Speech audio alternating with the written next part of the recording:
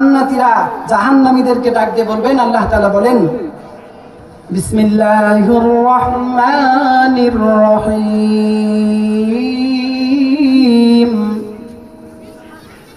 মা সালাকাকুম ফি সাকার। রব্বুল আলামিন বলেন, জান্নাতীরা জাহান্নামীদেরকে দেখবে এবং জিজ্ঞাসা করবে, মা সালাকাকুম ফি সাকার। এ ভাই, দুনিয়ায় তো আপনি আর আমি একই সাথে চলাফেরা করেছি, দুনিয়ায় আপনি আর আমি একই অটোর মধ্যে চলেছি, দুনিয়ায় আপনি আমি একই বাজারের বাজার খেয়েছি, কিন্তু আপনি আজকে জাহান্নামে, আমি জান্নাতের কারণটাকে আমাকে বলবেন। মুহতারাম হাজিরিন, ওই সময় জাহান্নামীরা শুধু আফসোস করবে আর ডাক দিয়ে বলবে, ক্বালু লাম নাকু মিনাল মুসাল্লিন।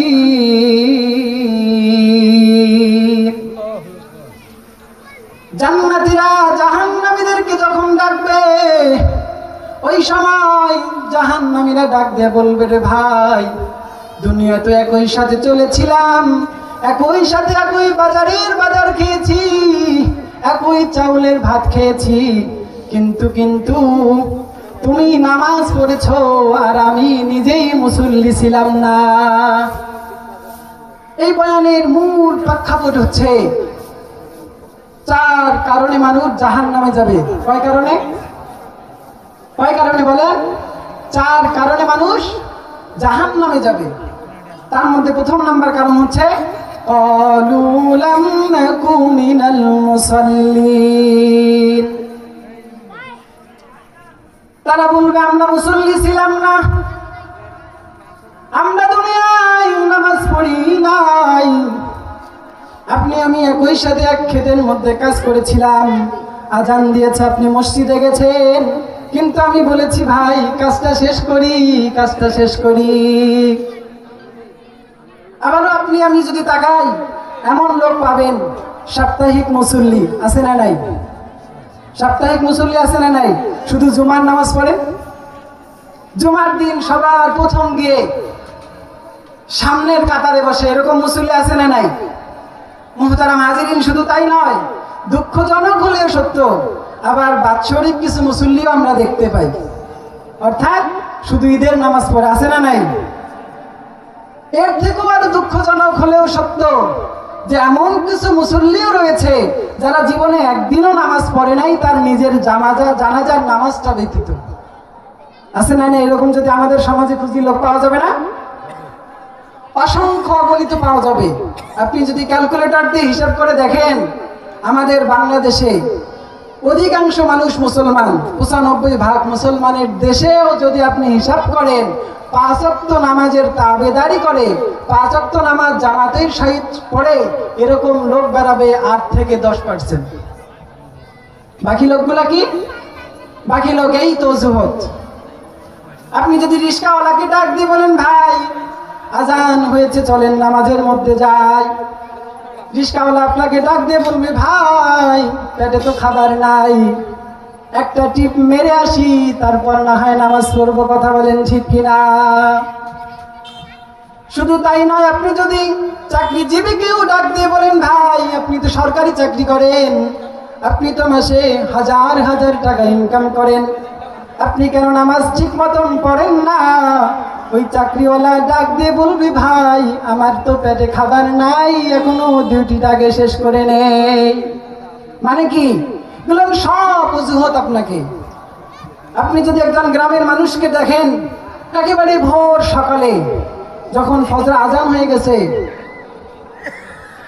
আপনার চাষের আসবাবপত্র সব কিছু নিয়ে জমির মধ্যে চলে গেছে, কিন্তু মাগার এতটুকু ফুসরত হয় নাই যে নামাজটা পড়ে যায়। আছে না নাই এরকম? আপনি যদি জিজ্ঞাসা করেন, শুধু অজুহাত দিবে আপনাকে যে নামাজ পড়বো, ভাই পড়বো, এই তো শুরু করবো, এই তো সময় হয়নি এখনো। আল্লাহ রাব্বুল আলামিন বলেন, কুল্লু নাফসিন যায়িকাতুল মাউত। আল্লাহ তাআলা বলেন, আমি যত সৃষ্টি করেছি, যত প্রাণী আমি জীবন দিয়েছি, প্রত্যেকটা প্রাণীকে মৃত্যুর স্বাদ গ্রহণ করতে হবে। মুহতারাম হাজিরিন, আপনি বুকে হাত দিয়ে কি এতটুকু বলতে পারবেন আপনার থেকে কম বয়সের মানুষ দুনিয়া থেকে চলে গেছে না নাই? আপনার থেকে কম বয়সের মানুষ দুনিয়া থেকে চলে গেছে, আপনার থেকে বেশি বয়সের মানুষও দুনিয়া থেকে চলে গেছে। এমনও হয়েছে আপনার সমবয়সী এরকম লোকেও দুনিয়া থেকে চলে গেছে। কথা বলেন ঠিক কিনা? মৃত্যু তো আপনাকে বলে আসবে না যে ভাই তুমি রেডি থাকো, তুমি নামাজ শুরু করো, আমি এই আসতেছি তোমার কাছে। বলবে? মৃত্যুর কোনো নির্ধারিত সময় যদি প্রেসিডেন্ট হয়, বর্তমান বাংলাদেশের যদি প্রধান রাষ্ট্রপতি হয়, যদি প্রধান উপদেষ্টা ডাক্তার ইউনূস, এত বড় সম্মানিত মানুষ, মৃত্যুকে ওনাকে বলবে যে ডাক্তার ইউনূস সাহেব আমি যাচ্ছি, প্রস্তুতি নেন? বলবে? কোনোভাবেই বলার চান্স নাই। আল্লাহর কাছে প্রত্যেকটা মানুষ সমান। আপনি মিসকিন, আপনি গরিব হন, আপনি কোটিপতি, আপনার কাছে আল্লাহর কাছে আপনার দাম সবার সমান। যদি আপনি নেককার হন তাহলে আল্লাহর কাছে আপনার দাম সব থেকে বেশি। যদি আপনি নেককার না হন তাহলে আল্লাহর কাছে আপনার কোনো দাম নাই। মুহতারাম হাজিরিন, আমরা আজকে মনে করি যে এই যে অজুহাত আমাদের সামনে আপনারা দেন যে হুজুর এই পড়ব, এই ব্যবসা বাণিজ্যের কাজে সময় পাই না, চাকরি করি সময় পাই না, খেতে খামারে কাজ করি সময় পাই না। আচ্ছা বলেন তো, এই যে মানুষ এত অজুহাত দেয়, এত কাজ করে, যারা রিক্সা চালায়, যারা মজুরি দেয়, যারা দিন মজুর খাটে, যারা চাকরি করে, ওই চাকরিওয়ালা সব কিছু কেন করে? আমি বলি কেন করে? সবাই যার যেটা পেশা সেটা করে কেন? যে যাতে তার পেটের খাবার জোগাতে পারে, ঠিক কিনা? এর ব্যতীত অন্য কোনো উদ্দেশ্য আছে? আপনি কোটি টাকা কামাবেন, কবরে নিয়ে যেতে পারবেন? দুনিয়ার মানুষের উদ্দেশ্য কি? যে আমি 1 কোটি টাকার মালিক হব কেন? আমার সন্তান, আমার স্ত্রী, আমার পরিবার সুখে থাকবে, ঠিক কিনা বলেন? এখন আপনি আমি দেখেন কত বড় বোকা। আল্লাহ তাআলা আমাদের সৃষ্টিকারী এবং আল্লাহ তাআলাই হচ্ছেন রিজিক দানকারী। রব্বুল আলামিন কুরআনুল কারীমের মধ্যে বলেন, ওয়াল্লাহু খায়রুর রাযিকিন। এই দুনিয়ার মানুষ শোনো, তোমরা দুনিয়ায় যতই রিজিক তালাশ করো না কেন, তোমরা শুনে নাও, আমি আল্লাহ হচ্ছি তোমাদের রিজিকের মালিক। মুহতারাম হাজিরিন, শুধু তাই নয়, আপনি যদি একটু খেয়াল করেন কুরআনুল কারীমের মধ্যে রব্বুল আলামিন নবর আয়াতের মধ্যে বলেন, ওয়া'মুর আহলাকা বিস-সালাতি ওয়াসতাবির আলাইহা লা নাসআলুকা রিজকা।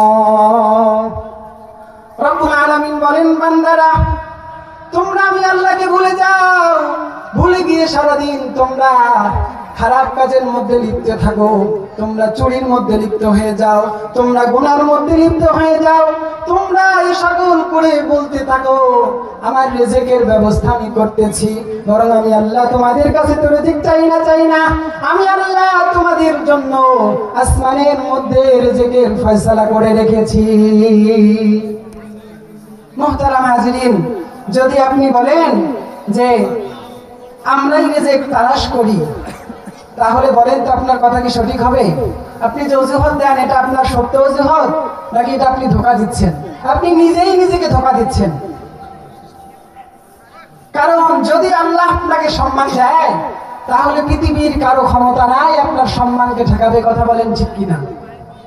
আর যদি আল্লাহ আপনাকে বেইজ্জতি করতে চায় তাহলে আপনি যতই কিছু করেন না কেন আপনাকে ওই বেইজ্জতির হাত থেকে কেউ রক্ষা করতে পারবে না। কথা বলেন ঠিক কিনা? এজন্যই তো কবি বলেন, তুমি যাকে চাও সম্মান দাও, সুখেরই আবেশে তার জীবন রাঙাও। তুমি যাকে চাও সব কেড়ে নাও, বিপদ আর মুসিবত তাকে ঢেলে দাও।